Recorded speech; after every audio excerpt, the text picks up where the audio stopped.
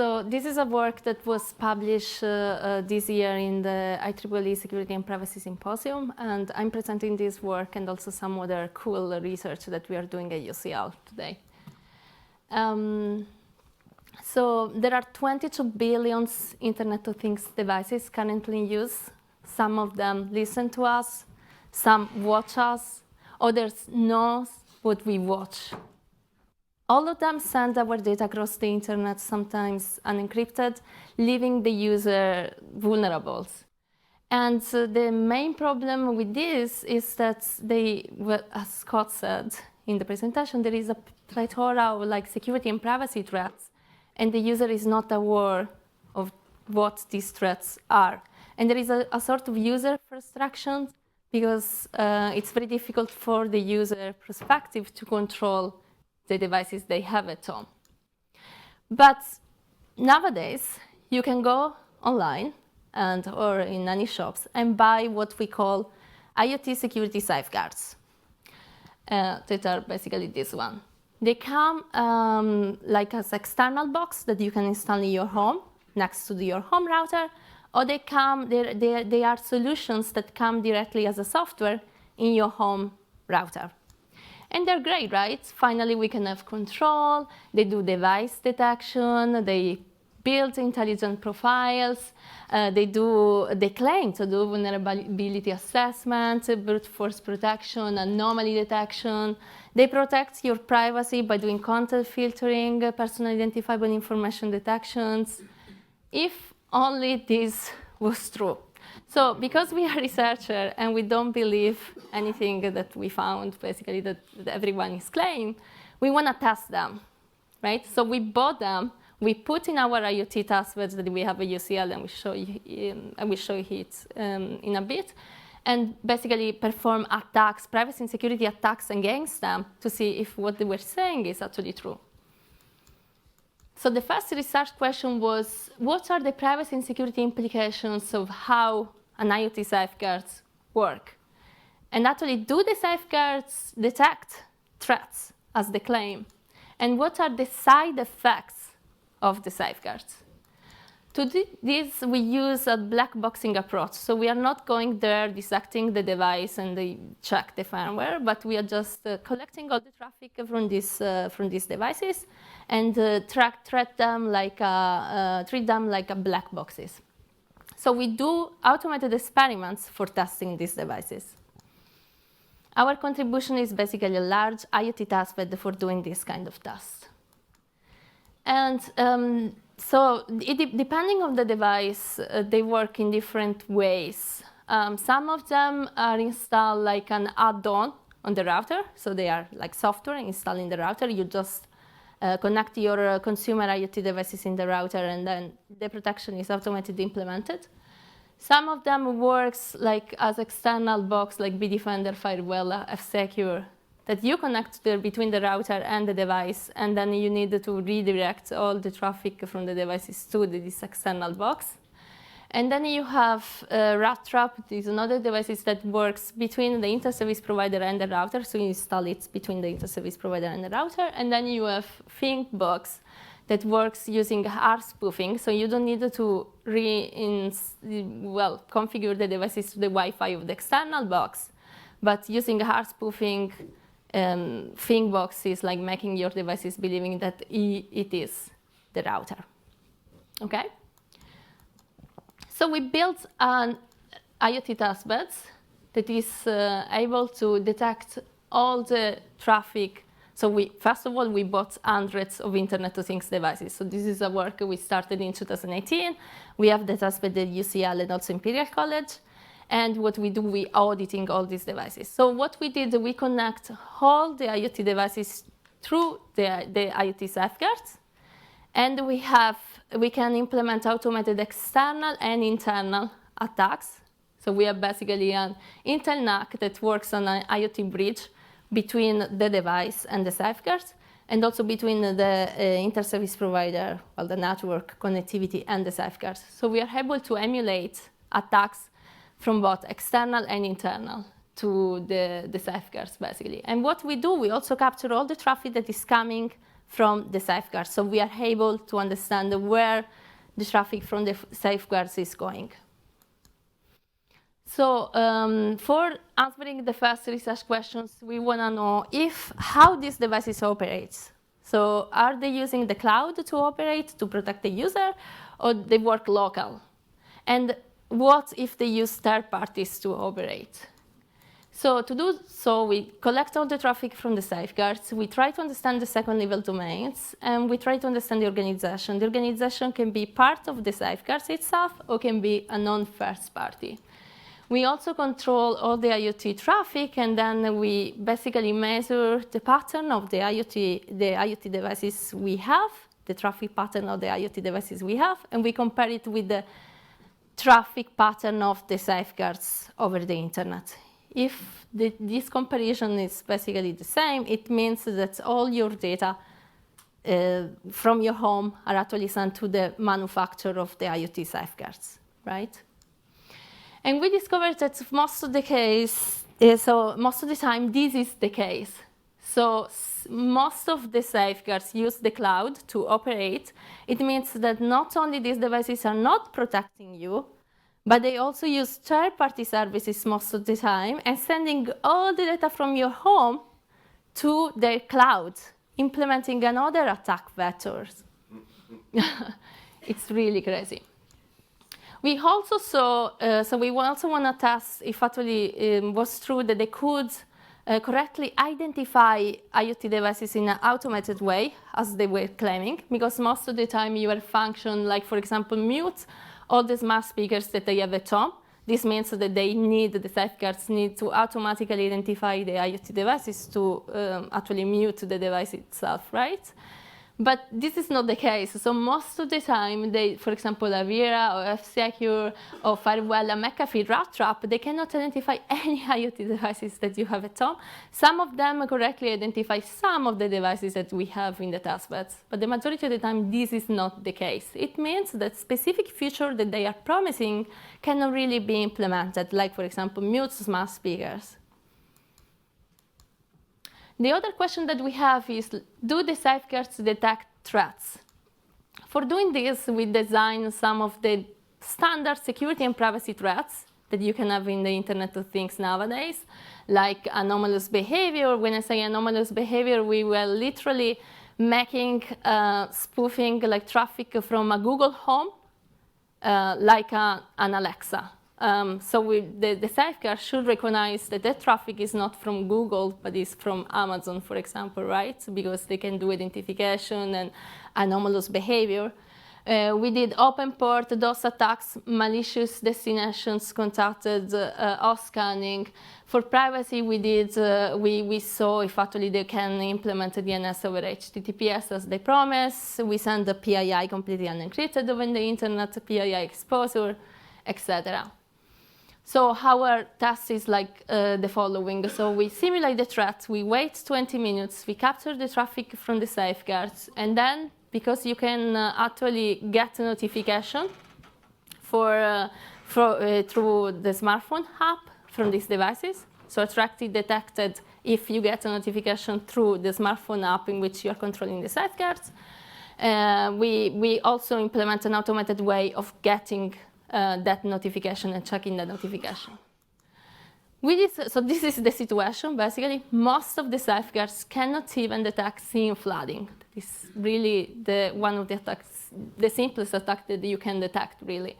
So like Avira of McAfee, Rat Trap, Trend Micro, this famous brand, cannot really, not even basically detect port scanning or auth scanning.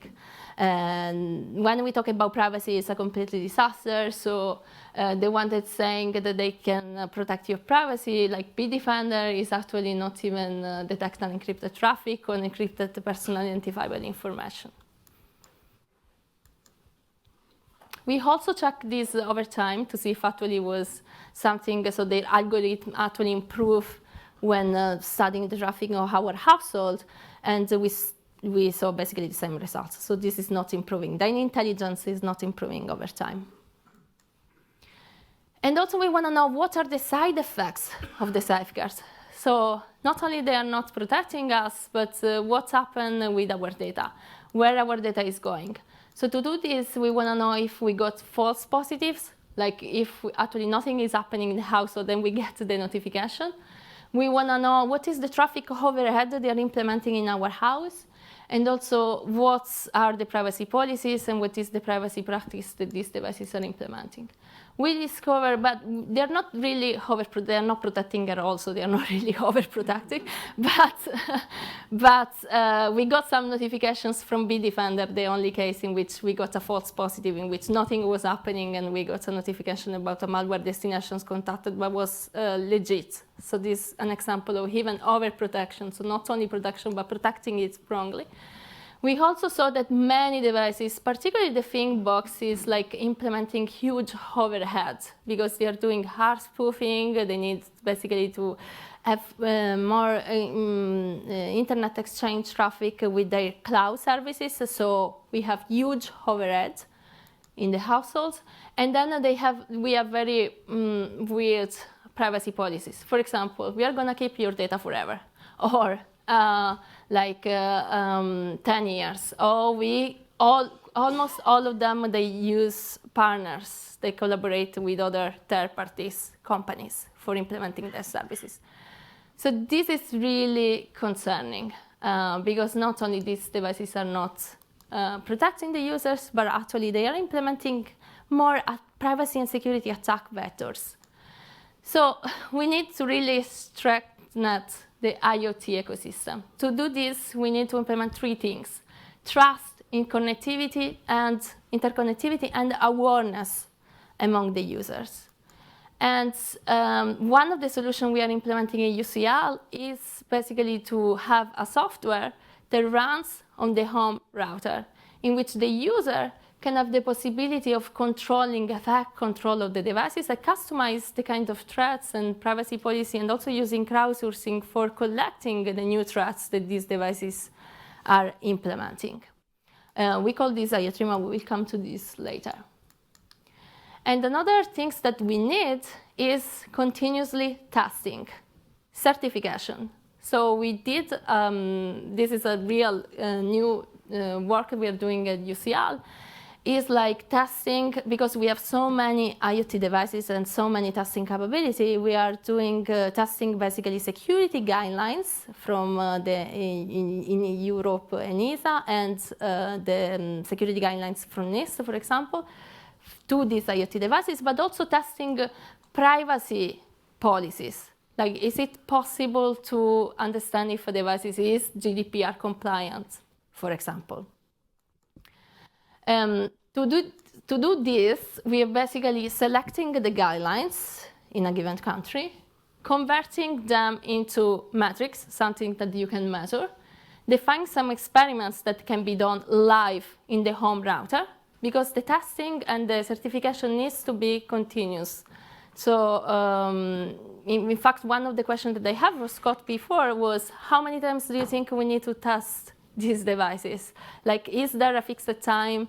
It's something that needs to be done continuously, because these devices can get updated at any time, right? So you can test one day, but the second day you can have a completely different behavior. So we need certification and testing that is continuous in the home router specifically. So we test literally like just three at the beginning for now, just three small tests. One is like understanding unused number of unused ports. These are security guidelines. A number of recognized protocols, because one security guidelines is about like no-use protocols that are not recognized and standard, and the compliance with the GDPR. These are like some of the devices that we have in the lab, but we are testing more, and we discovered that many of them are not actually keep open ports that are not used, and they use unknown protocols, and they are not compliant with GDPR. One of the tests that we did, so one example how you can use artificial intelligence nowadays for doing this kind of test, is try to understand that this test was specifically done in a smart capsule, but you can do it with anything. We actually test 20 devices for this.